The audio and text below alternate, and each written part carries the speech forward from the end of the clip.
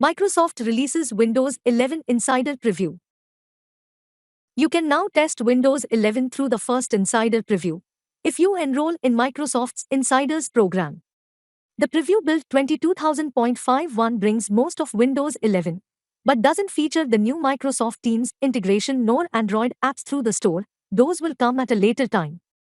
Among the novelties is the revised settings menu with a persistent navigation bar on left side, so you finally don't get lost in a heap of menus, an updated file explorer, the new look, featuring 4 new themes: Glow, Captured Motion, Sunrise and Flow, along with new sounds.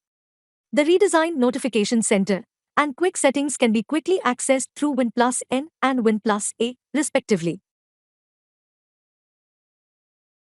The new Snap Groups and Snap Layouts are part of the Insider Preview. Hover over a Windows Maximize button to see available layouts.